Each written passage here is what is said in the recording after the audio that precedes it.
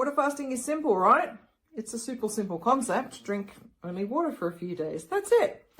But while water fasting is simple, it definitely is not easy. It brings up so many fears, so many emotions, so many beliefs.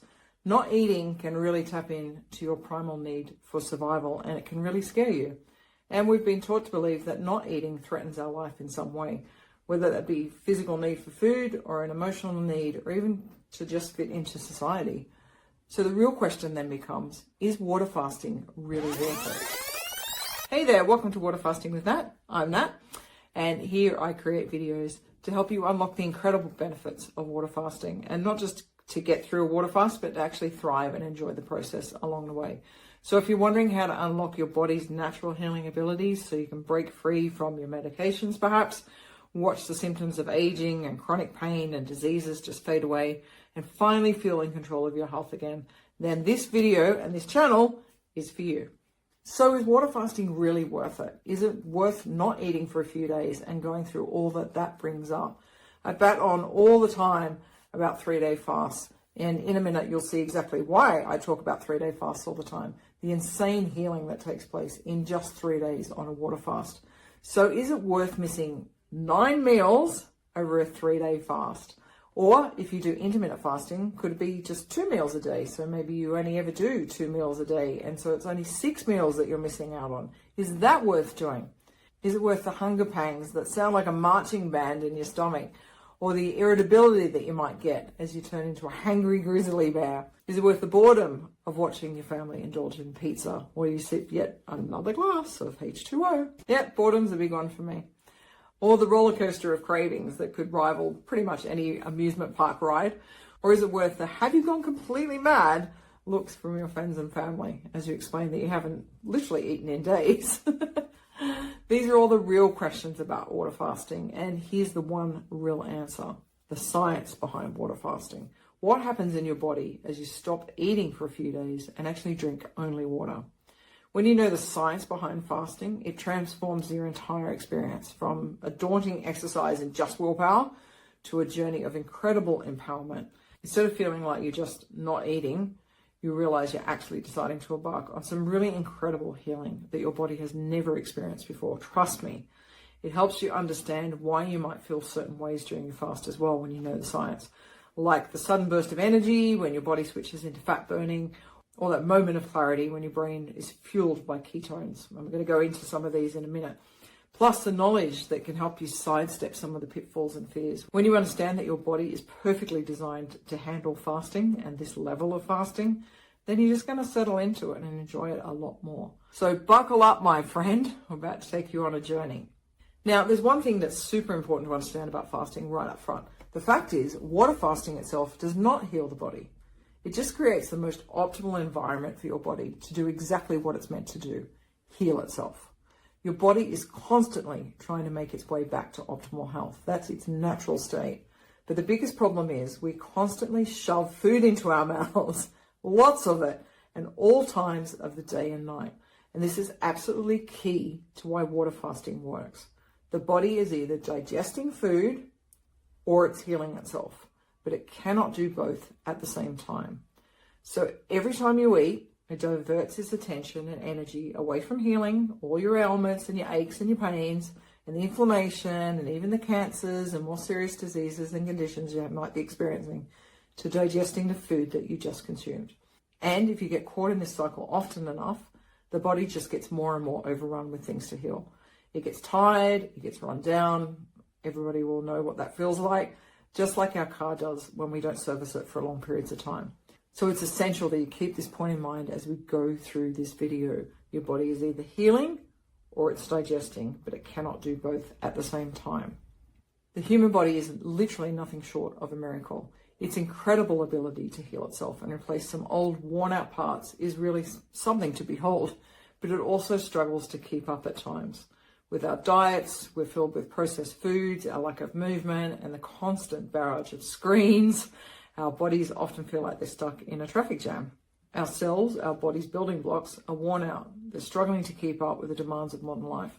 This can lead to ailments ranging from chronic fatigue, inflammation, aches, stiffness, digestive issues, to the more serious conditions like autoimmune diseases that we're seeing more and more of, cancer, this is just out of control, and diabetes, not to mention just feeling old. But the good news is when you fast, all that changes. It encourages your body to perform a thorough spring cleaning, systematically dissolving every diseased cell in your body and fostering a rejuvenating environment for healthy ones. That's because when you fast, you give your body just one job to do: heal itself. And incredible healings take place in very short spaces of time. And I've experienced this for myself. So let's dive into the body and have a look at what happens on the various stages of a 3-day fast. So this stage begins the moment you finish your last meal. Your body is busy digesting that meal. Let's hope it was something wholesome, not just a gigantic slice of cake. And depending on what you've eaten, this process can take several hours. So right now your liver is tapping into the glycogen, which is like a form of sugar, a glucose, if you like, in your liver. And it's keeping your blood sugars stable. So that glycogen is giving you energy to fuel those first initial hours of your fast. So at this stage, you likely feel pretty good, maybe even a little bit euphoric, as your body efficiently converts food into energy, which is what it's used to doing. Now we hit the 12-hour mark and things start to get really interesting here.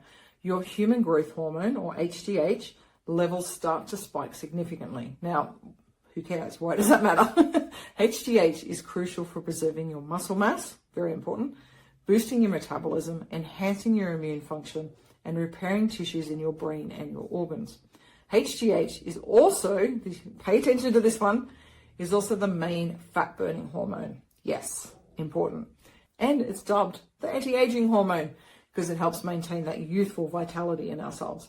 So studies suggest that fasting can actually increase HGH levels by up to 2,000% in women. Sorry, men, you only get 1,500%, but that's still pretty damn amazing. So yay to both of those things. So while you might be feeling a little bit hungry, the good news is that HGH increases the longer you fast. During the time between your last digested meal and the next phase, where your body will start to use the fat for energy, there is a significant drop in your blood sugar levels. So that's the glycogen we talked about.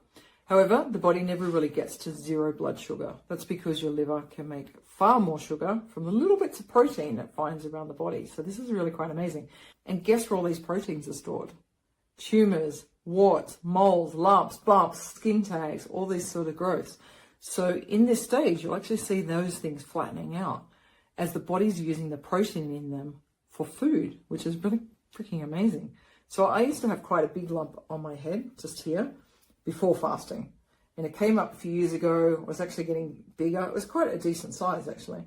And I was told it was a hereditary thing. And I recall actually my grandmother having a really big one on her head as she got much older, in her 80s and 90s. So I didn't think much of it. They just said it was nothing. But with just one round of fasting, the whole thing, dead set, just completely disappeared within a couple of days. And I was like, holy cow, like that is really quite ridiculous. So now it's completely flat. You can't actually, there's just nothing there anymore. So it was really wild to see that my body was actually adapting and using what it could for my fuel. So at this stage, this is where we start to see the difference between extended water fasting that we're talking about here on this channel and the intermittent fasting that you might practice as well. And while intermittent fasting can give you a host of benefits, absolutely, we actually practice, my wife and I practice intermittent fasting, it doesn't get you all that way far beyond this stage. And that's why extended water fasting, like 3 days, is so much more beneficial in healing the body. So this stage starts between 24 hours and 36-hour mark when you run out of glycogen in the liver. And the body now starts using fat as its primary source. So when you run out of glycogen, your body knows it's time to switch into fat burning mode. Yes, now I have your attention. So how does your body know to start burning fat? Because the hormone called insulin goes down. So insulin goes up whenever you eat, and its main job is to store the energy, including body fat. But when your insulin goes down, that process reverses and you burn more fat. So low insulin is like the key that unlocks your fat storage. Yes, big reveal. As insulin drops, your ketones are produced, and this releases the body fat to be used for energy. So instead of the sugar of the glycogen that you've been using up until now. Using fat on the body for fuel means, unless you're a really lean person with little body fat, there's tons of energy available for you when you fast. I could probably fast for 100 days, to be honest. It just takes a little time to fully access it. And it also means that fasting is literally the best way to burn body fat. There's nothing else you can do to lower your insulin as much as fasting. And the lower the insulin goes, the more fat you burn. The switching point on a fast happens around the end of day 1 into day 2 on a fast, when the body is literally changing fuel sources from that glycogen sugars into fat. So this is the time where your energy might be the lowest because your blood sugars are low and also your ketone levels are low at this time. So you might also feel the hungriest about this time as well. So the hunger hormone called ghrelin stimulates your appetite and it rises, about your normal meal times. So if you've got lunchtime that you normally eat at, dinner time, that's when you're going to find this hunger hormone coming around knocking on your door. During the first period of fasting, ghrelin is still releasing into the body and it's signaling to the brain, it's time to eat. This rise in ghrelin can also lead to an increased sensation of hunger for minutes and maybe a little bit longer in your fast as well. But then, like all cravings, that feeling of hunger does tend to disappear, just like you've actually missed a meal. So you're hungry in the beginning and then you sort of forget about it after a while. And after an hour or so, it's like, oh, actually, I could probably just wait till the next meal. I'm actually not too bad.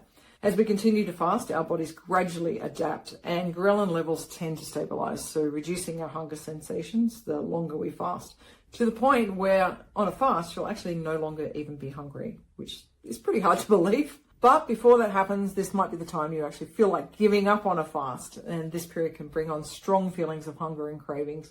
So you might feel obsessed with food all of a sudden. I definitely was. I was watching TV and all I could watch was not the person in the foreground, was actually the people in the background, the extras eating at a restaurant. I was like, oh my God, this is ridiculous. Like, I'm so obsessed with food right now.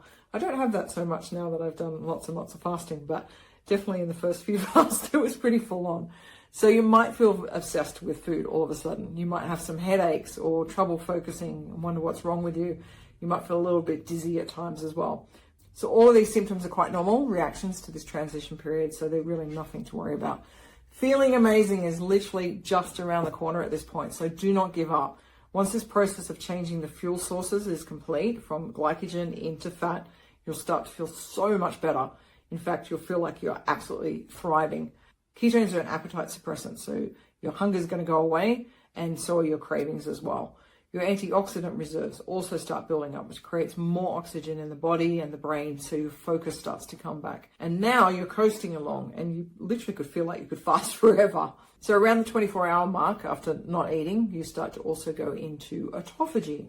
So autophagy is where your body starts to break down and recycle some of the damaged cell proteins and turn them into new amino acids, which is what proteins are, and that your body can use. And on a fast, your body becomes an autophagy powerhouse.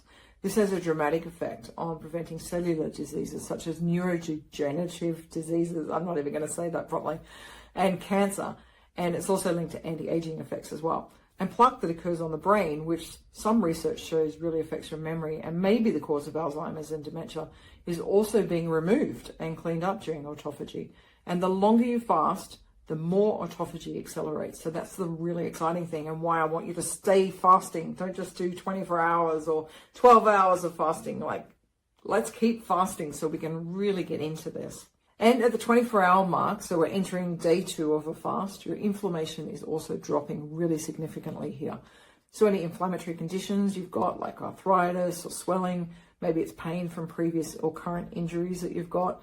You might have autoimmune diseases like MS or Hashimoto's, will also really start to see improved symptoms. All of these are indicative of inflammation in the body. And this is where I saw one of the biggest differences in my own healing. In 2021, I broke my leg. A dog actually ran into my leg and broke it, believe it or not. And my recovery had taken so long. I was on crutches for almost 5 months. My knee and my ankle were totally locked up, obviously, after all that time. And I walked with a limp. And I was pretty much flat-footed going downstairs as well because I just couldn't flex my ankle enough with all the swelling that had taken place because I'd literally laid in bed for 5 months. So everything had just locked up. But after just 2 days of fasting, 48 hours, the inflammation that had restricted my movement so much had literally gone. I could bend my knee to almost the same degree as my good leg, and I was walking normally down the stairs again. It was seriously unbelievable. I had no idea that it was actually inflammation that had been causing so much immobility in my leg. And fasting for such a short period of time has such a dramatic effect. Like, Jody and I were completely blown away after just 48 hours. Seriously, if I had known that earlier, I could have healed from my accident just months and months faster, and probably saved myself a bucket load of cash and time that I spent on the physio trying to get my mobility back in my leg, constantly going 2 and 3 times a week. So who knew simply drinking some water will actually do that? If this is not enough amazingness already, you also start to get more gut healing around this time too, because the body is no longer having to work on digestion, and it can actually have a break for a change. You also start to stimulate the production of stem cells, which are essential for repairing and replacing old, worn-out parts of the body. Yes, these are the same stem cells that people get in surgeries and pay big dollars in the beauty industry for. They're actually naturally produced in the body when it actually has a chance to. And you start to get improvements in your cardiovascular function because the heart's now thriving on the ketones that it has. And all of this is happening in just 24 to 48 hours of fasting. Are you absolutely dumbfounded right now? Because I definitely was when I researched this. And more importantly, are you seeing the possibility here of healing from your own ailments, past injuries and conditions? So in stage 3 here, somewhere between 48 hours and 72 hours, you've transitioned into full fat burning mode. Yay! As your liver now is actually using the fat and turning that into ketones, like we talked about earlier.